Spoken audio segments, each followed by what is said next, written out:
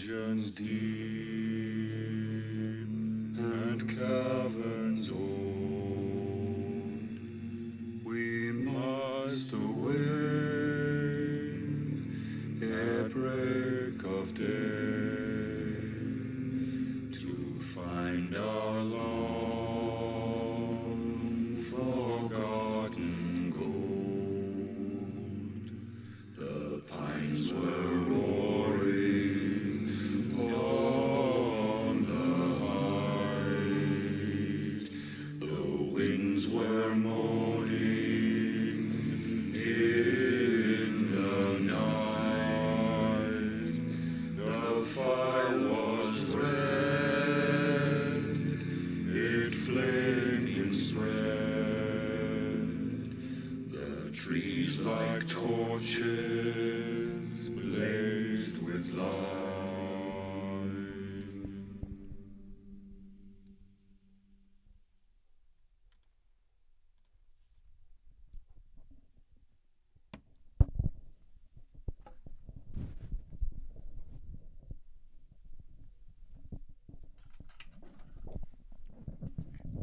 Arr! And welcome to another edition of The Way of the Daniel, brought to you by me.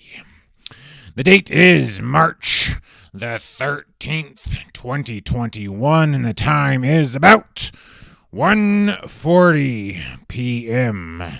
Special shout out to good old Mom. Her birthday is tomorrow.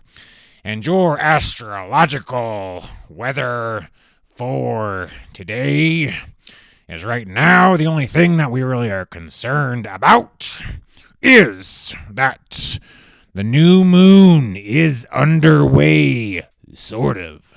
It's a void moon, and nothing's really underway during a void moon until about 5:45 p.m., and there was this wise Wiccan dude and astrologer who once said the new moon energies don't really take off until about 13 hours after the new moon's in session anyways. So, you still got some time on your hands.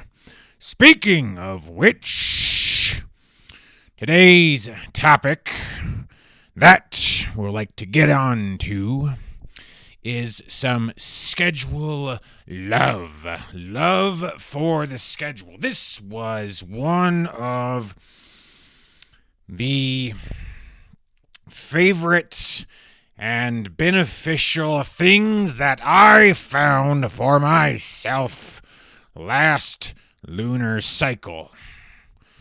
Creating and sticking to sort of a schedule. And so today, we're going to give that idea, the schedule, some motherfucking love. Why do we want to create a schedule and sort of stick to it? Well, here's some fresh reminders for you. Before we had this idea of creation of grounding atmosphere, and we're going to get more into sort of talking about that, helps you stay along this path of the slow, methodical mission. Because what you do when you create a schedule is you throw in a bunch of whats. Just what? What am I going to do with my time? And these activities, generally what you put in is something helpful, something smart or safe, ideally fun. And when you get the what's in your schedule, what's really cool is you begin to focus on the how. For example, what am I going to do? I'm going to go to the gym for 2 hours. How am I going to do? Well, I might go in there like gung-ho blazing saddles Rambo, I might go in there and just chill and do a few exercises. The how is where the money's at.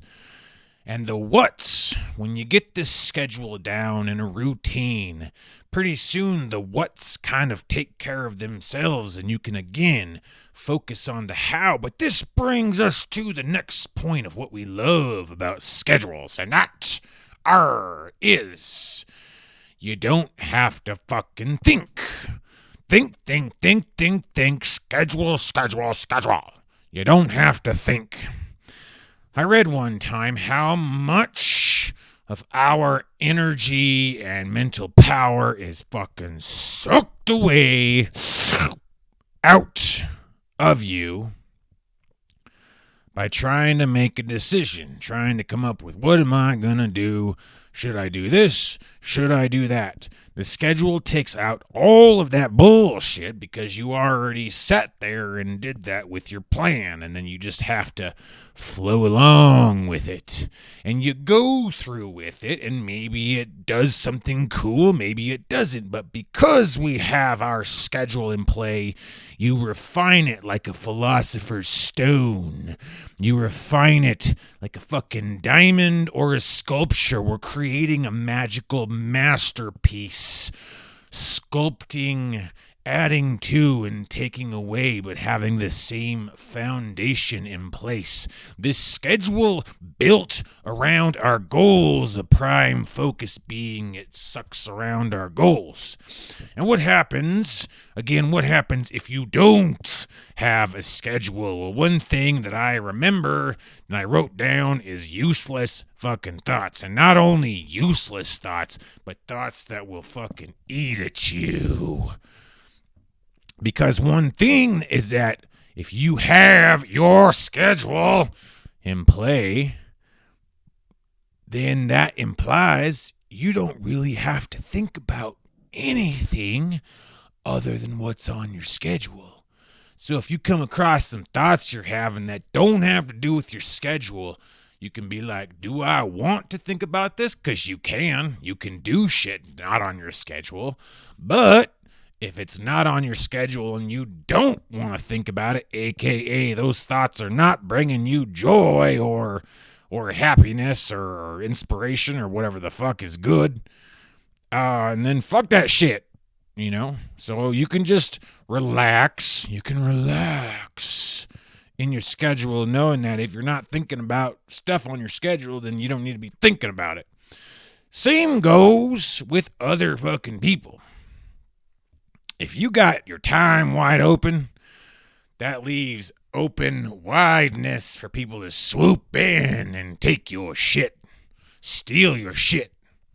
But if you got your schedule, not only are you suddenly busy, you got shit to do, your time is now valuable. Whereas before it was nothing, but now it's valuable to you. Should be, it's your life. And so they can't take it as easy. And especially, you will find out who really values your time. Yeah, and I think that's about all we have for today. We'll say, though, that one thought, well, let's give you an example. I wanted to leave here with an example. Maybe we'll go to 11 minutes. Is that a couple years ago, I fucking hated schedules. I'm still getting used to schedule. I am just still starting out. But a while back, I would fucking panic at just the thought of creating a schedule. Just starting to put things down for what am I going to do today. I would start to fucking panic. But I knew I had to do this if I wanted to create my own life. I knew it was good for me. But yeah, I had to get over that panicky feeling of like, oh shit, now I got all these obligations and requirements. I don't know where the panic fucking came from, but if you have that panic, don't worry, you can get over it. Because, side note, also I've run into people. One dude wandering around last summer, and he's like, yeah, I don't make plans. Like it was some good thing. But you know what happens to me? Maybe it works for people. And again, if I present anything in these speeches that you don't fucking like, doesn't work with your life, my ideas, you can sit on them or whatever, then don't fucking do it. I do these speeches mostly for myself right now at this point. So if it doesn't jive with you, then don't fucking follow it. Arr. But he was saying, yeah, I don't make plans like it was a good thing. But what happens when I don't make plans is nothing. Nothing fucking happens if I don't make plans. Or sometimes I get knocked on my ass by life or by people. But one thing that scheduling is helping us to do is to, again, be prepared. Now we're rambling, 12 minutes. We're cutting it, stopping now. In the future, may alternate between speeches here presenting versus trying to do some more live streaming World of Warcraft type speeches where we present live instead of recorded. Those may go longer. And beware the Ides of March.